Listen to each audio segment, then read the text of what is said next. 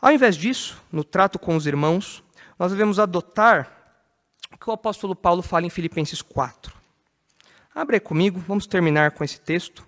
Filipenses capítulo 4. Filipenses 4 é um texto muito conhecido, especialmente o versículo 6, porque ele fala sobre ansiedade. E quando nós estamos ansiosos, preocupados, com alguma coisa que vai acontecer, com alguma bomba que vai estourar, com algum problema que nós temos que lidar, nós lembramos desse texto aqui.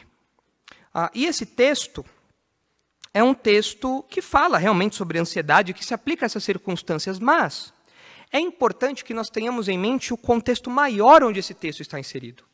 Quando ele fala sobre ansiedade, ele fala sobre ansiedade em um contexto específico. E o que marca esse contexto está no versículo 2. Era ansiedade em que contexto? Nos relacionamentos interpessoais. Olha só o que diz aí o versículo 2. Rogo a Evódia e rogo a Sintique, pensem concordemente no Senhor. Essas duas irmãs estavam causando problemas na igreja. Elas estavam brigando. E isso estava causando ansiedade nos irmãos.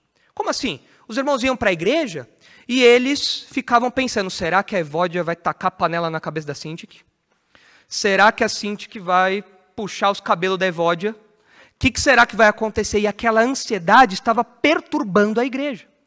E diante disso, o apóstolo Paulo fala no versículo 6, não andeis ansiosos de coisa alguma, em tudo, porém, sejam conhecidas diante de Deus as vossas petições, pela oração e pela súplica, com ações de graças. E a paz de Deus, que excede todo entendimento, guardará o vosso coração e a vossa mente em Cristo Jesus. Tomem medidas para resolver isso. E junto com isso, orem a Deus pedindo para que Ele abrande essa situação, para que Ele resolva essa situação e esses conflitos sejam sanados. E aí nós chegamos no versículo 8, que é a ênfase que eu quero dar. Se nós não devemos ter critérios mundanos nas nossas relações interpessoais, se nós não devemos ser juízes tomados de perversos pensamentos, o que deve guiar então os nossos pensamentos em relação aos nossos irmãos?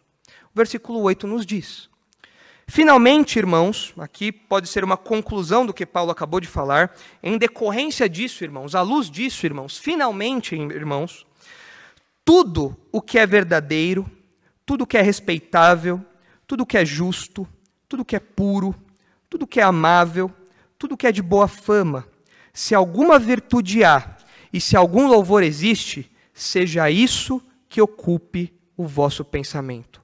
O que também aprendestes e recebestes e ouvistes e vistes em mim, isso praticai, e o Deus da paz estará convosco. O que tem que permear a minha mente, então, quando eu olho para o trato com os meus irmãos?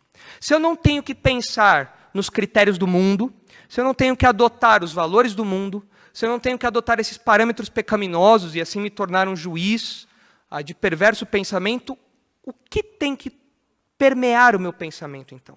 O que tem que encher o meu pensamento? Essa lista de virtudes que está aí. Tudo aquilo que é verdadeiro, ou seja, tudo aquilo que corresponde à realidade e aos padrões divinos. Eu vou avaliar as situações e vou avaliar os meus relacionamentos com base na palavra de Deus. Tudo aquilo que é respeitável, ou seja, tudo aquilo que é digno de honra, de respeito, de reverência, aqueles pensamentos, aqueles valores que estão acima de qualquer questionamento, acima de qualquer reprovação. Tudo aquilo que é justo, ou seja, tudo aquilo que está de acordo com a justiça de Deus, não com a minha própria justiça, mas com a justiça de Deus, o que Deus diz que é justo, o que Deus diz que é certo. Tudo aquilo que é puro, ou seja, tudo aquilo que não é maculado, tudo aquilo que não é manchado por quaisquer outras ideias pecaminosas, quaisquer outros erros.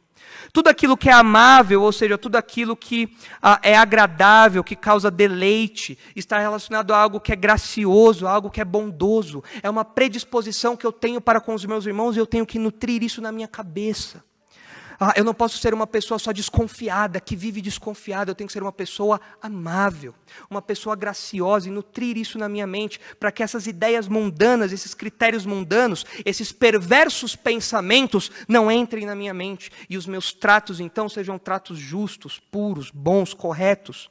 E aí o apóstolo Paulo fala tudo aquilo que é de boa fama, ou seja, tudo aquilo que é tido em alta conta, tudo aquilo que é de boa reputação. Esses são os critérios que devem nortear o nosso pensamento. É claro que o apóstolo Paulo aqui ele não foi exaustivo, ele deu alguns exemplos aqui. Mas o que ele está falando é que a nossa mente tem que ser dirigida nos nossos relacionamentos pela palavra de Deus, pelo caráter de Deus, pelas virtudes que a palavra de Deus apresenta. Não pelas nossas próprias ideias ou pelas ideias do mundo. Porque se nós fizermos isso, nós certamente nos tornaremos juízes de perverso pensamento. Nós seremos então pessoas que julgam com parcialidade. E nós estamos aprendendo nesse trecho de Tiago, que a fé cristã é incompatível com uma postura preconceituosa. E a primeira razão para não ter essa postura é que julgar com parcialidade é basear-se em ideias pecaminosas.